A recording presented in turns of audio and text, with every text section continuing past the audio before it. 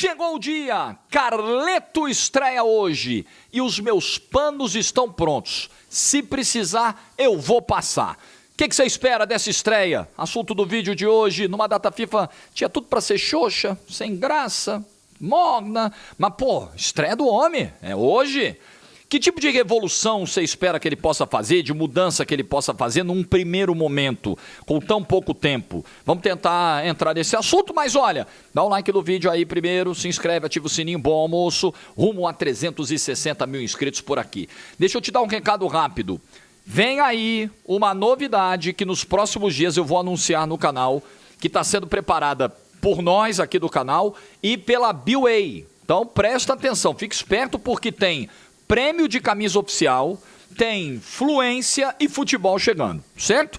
É uma novidade que nós vamos divulgar para os inscritos do canal no dia 10, hoje é dia 5, então marca aí, faltam 5 dias. Dia 10 de junho, semana que vem, a gente divulga essa novidade para os inscritos do canal, é o dia do pontapé inicial, beleza? Vai colando aqui no canal até lá que a gente vai dando uns spoilerzinhos, tá bom? Se prepara aí.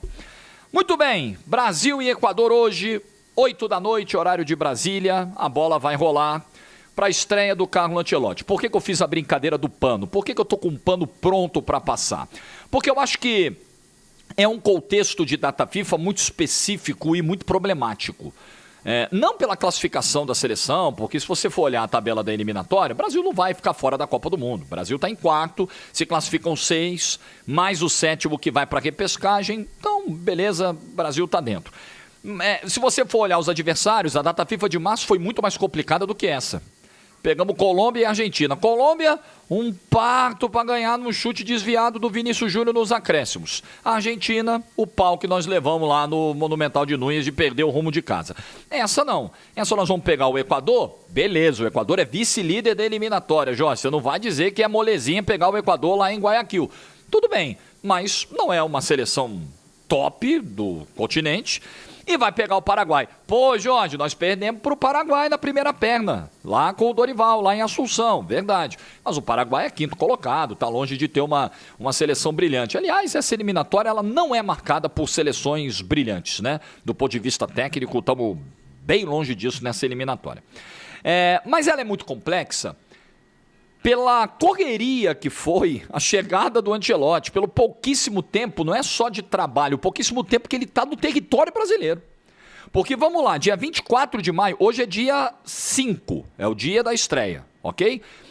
Dia 24 de maio, esse cara estava treinando o Real Madrid na beira do campo no último jogo do Campeonato Espanhol. Aí ele pega um avião, dia 25 chega no Brasil, que é um domingo à noite. No dia 26, não tinha nem 24 horas dele no nosso território, ele vai para a sede da CBF divulgar a convocação. Uma convocação que, obviamente, não foi feita totalmente por ele. Se você pegar os nomes que atuam no Brasil, os jogadores do futebol brasileiro, é óbvio que ele não vinha acompanhando. Se você falar de Alexandro, Alisson, até mesmo caras que jogam no Brasil como Alexandro, Danilo, esses caras, o Ancelotti estava enfrentando lá fora. Beleza, ele estava acompanhando, ele estava jogando Champions contra eles, ele estava vendo as ligas europeias. Agora, Léo Ortiz, por exemplo, o Gerson, que até já pisou na Europa, mas faz tempo, o próprio Estevão, ele não vinha acompanhando. Então ele precisou da ajuda do Juan, do Rodrigo Caetano, principalmente do Juan. Ontem ele até falou de novo na coletiva, né, que o Juan veio ajudando nesse processo, dando alguns detalhes sobre alguns jogadores convocados. Então já começa por aí. A lista não é totalmente dele. Aí ele chega dia 24, ele chega dia 25, divulga a lista dia 26, reúne a seleção para treinar a partir do dia 2. Aí tem a possibilidade de fazer 2 treinos. Viaja para o Equador e estreia hoje, dia 5. Quer dizer, em 10 dias o cara desembarcou no Brasil, divulgou a lista, deu a primeira coletiva, deu 2 treinos, foi para Guayaquil e vai jogar hoje. Esse contexto é muito difícil. Jorge, seleção é difícil para todo mundo no quesito tempo, ninguém tem. É verdade. Mas, por exemplo, quando eu falo de pano, algumas coisas eu vou cobrar do Ancelotti a partir da segunda convocação. Então, por exemplo, se ele me vem com um Danilo hoje em algum momento na lateral direita, Eu acho uma loucura, até pelo fato do Danilo, na Juventus, já não ser um lateral direito. Ele já não é um lateral direito há muito tempo. Mas vamos lá, que o Ancelotti em algum momento do jogo faça essa loucura. Eu vou dizer, caramba, eu não faria, mas vou passar o pano. É a primeira convocação. Se ele deixar de fora algum jogador do futebol brasileiro que vem performando muito bem, né? Você tem o Wesley aí, que eu acho que é um cara que pode ser titular da seleção brasileira num futuro não tão distante. Você tem o próprio Léo Ortiz.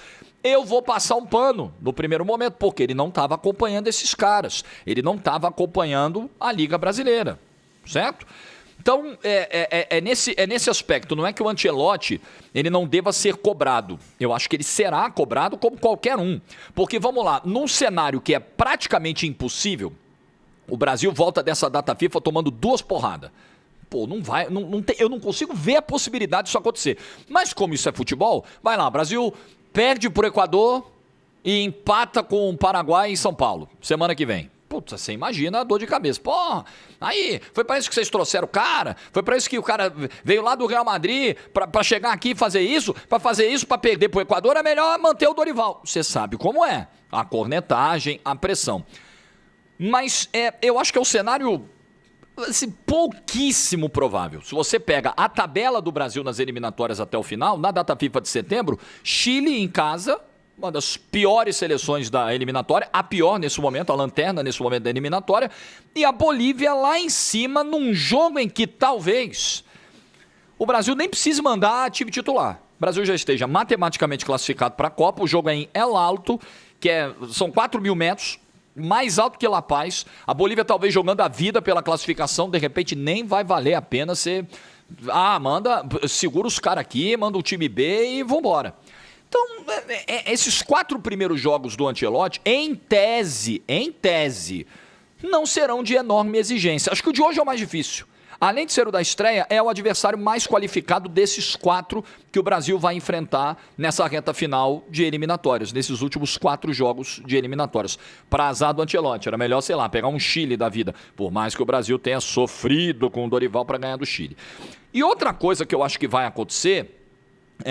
se houver um tropeço, eu acho que vai ter essa cornetada no Ancelotti, de um ou outro, mas eu acho que a bola agora tá com os caras em campo. Tipo assim, pediram o que o povo pediu, que todo mundo pedia, foi feito. Pegaram um técnico estrangeiro. E não foi qualquer técnico estrangeiro. Não foi pegar o Pochettino, todo respeito, né? Por favor. Não foi pegar o Koeman.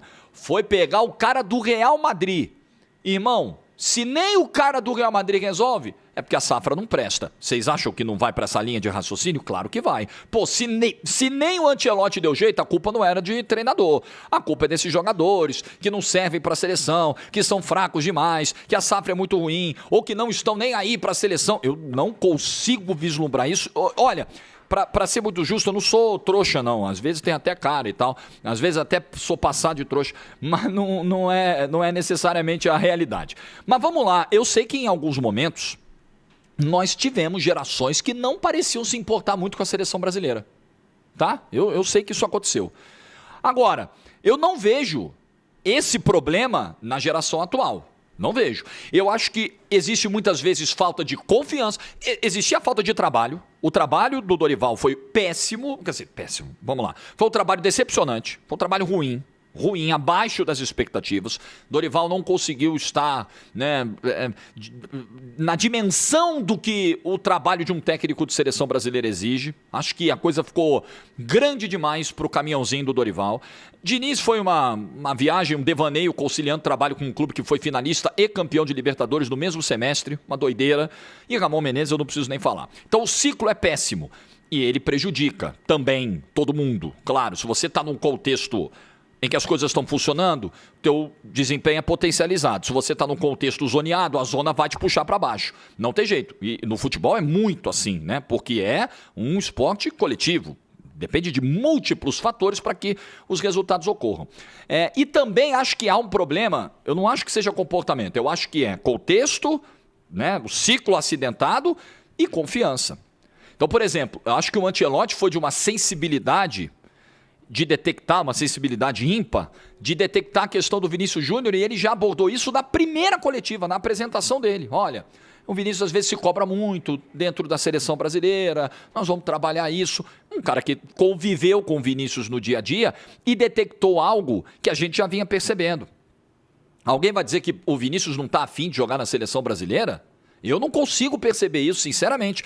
Eu acho que é um cara que não está conseguindo render o que rende no Real Madrid e aí vira a bola de neve. Aí ele vai se pressionando porque não rende, aí ele não rende porque se pressiona demais, ele se pressiona ainda mais porque não rende, ele rende ainda pior porque vai se pressionando mais. Pronto, a coisa foge totalmente do controle. Então, é também trabalho de um treinador, gestão de grupos, gestão de pessoas. E nisso o Ancelotti sempre foi muito competente. É um cara que arma boas equipes, é um cara que consegue ajustar os sistemas de acordo com o que cada equipe tem a lhe oferecer ou diante do que o adversário lhe exige. E é um cara reconhecidamente brilhante como gestor de pessoas, de grupo, de jovens. Facilidade para trabalhar com jovens. Nós vemos, inclusive, no futebol brasileiro, treinadores com muita dificuldade para trabalhar com garotos. E o futebol hoje, essa matéria-prima aí, essa mão de obra aí, ela é muito jovem, cada vez mais jovem. Então, se você treina o Real Madrid, como o Ancelotti treinou, um clube que vai comprar jogador do Brasil com 16, 17 anos de idade, os moleques chegam lá com 18 ainda, cheio de espinha na cara, se você não tiver habilidade para trabalhar com esses meninos, para entender o processo deles, e o processo não só como jogador, o processo humano, o processo de amadurecimento mesmo, de vida deles, você não vai conseguir extrair nada do moleque. Você vai perder o moleque, você vai perder um talento e vai perder dinheiro para o clube. A mesma coisa vale para a seleção. Então essa sempre foi uma característica muito elogiada do Ancelotti.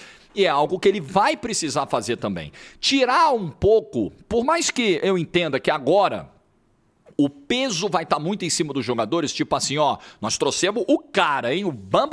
Se não render, porque vocês não prestam. Eu acho que pode ter o caminho inverso, do próprio Ancelotti filtrar isso aí e falar, olha só, é comigo. E tirar um pouco o peso de um Vinícius, de um Rodrigo, de um Rafinha, principalmente esses homens de frente que são muito exigidos.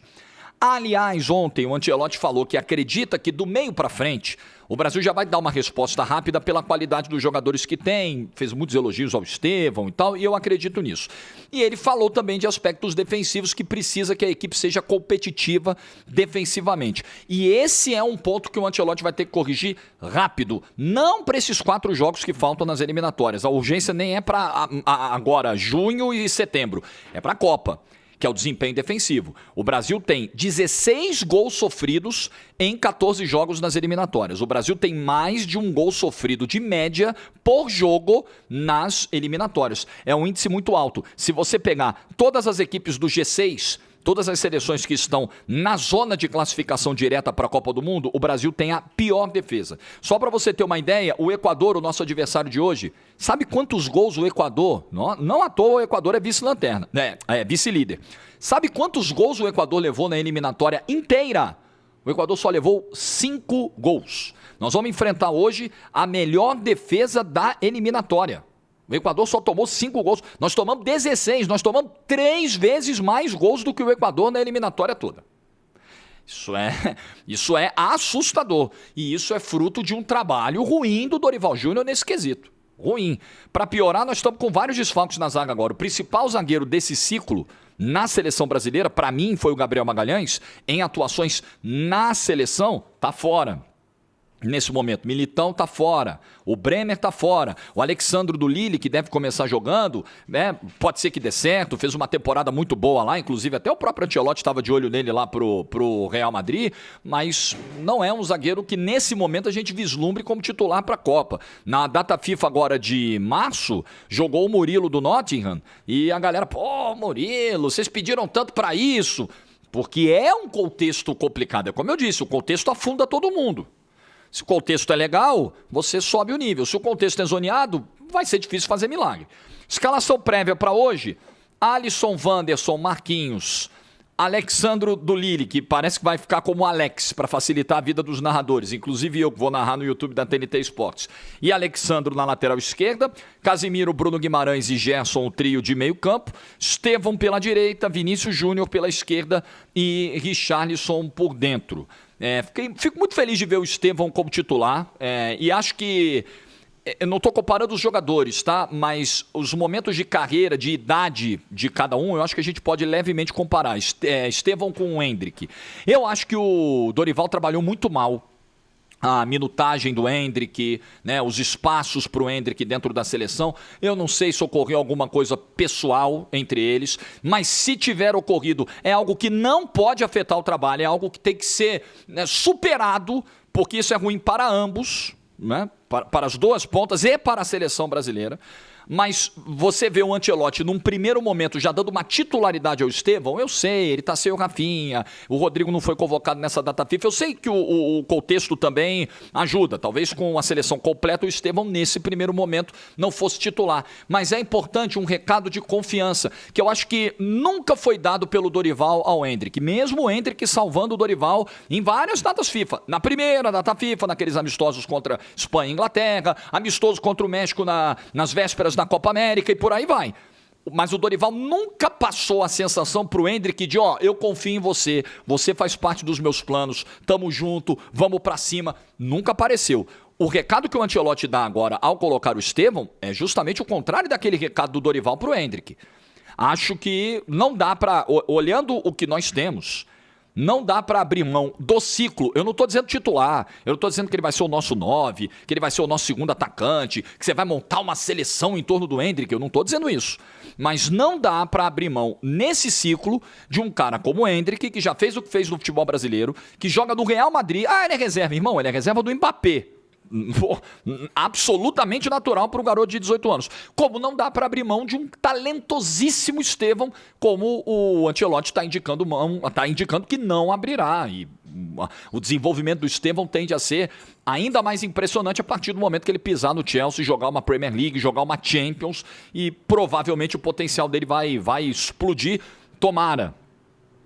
Então eu acho que tem um recado aqui também que o Ancelotti está dando. Se for jovem, eu vou trazer, eu vou abraçar. For jovem, tiver talento, tiver potencial para a seleção brasileira, como eu acho que o Estevão tem e o Endrick também tem, eu não vou abrir mão dos moleque. O moleque dá trabalho, o moleque faz cagada de vez em quando, vai lá, puxa a orelha, como o Ancelotti puxou a orelha do Endrick, se não me engano foi contra a Real Sociedad, na hora que ele tentou dar uma cavadinha, fazer um gol bonito lá, não saiu, foi lá e puxou até publicamente. Mas na hora de trazer para próximo, é a hora de trazer o moleque também. É a hora de dar a confiança, mostrar, eu tô com você. Vê se não vai fazer merda a vida inteira, mas eu tô com você. Vambora, eu confio no seu potencial. Acho que isso é gestão de grupo, né? E nisso o Ancelotti sempre foi cracaço, a gente sabe disso. Boa sorte pro Ancelotti, boa sorte para a seleção brasileira.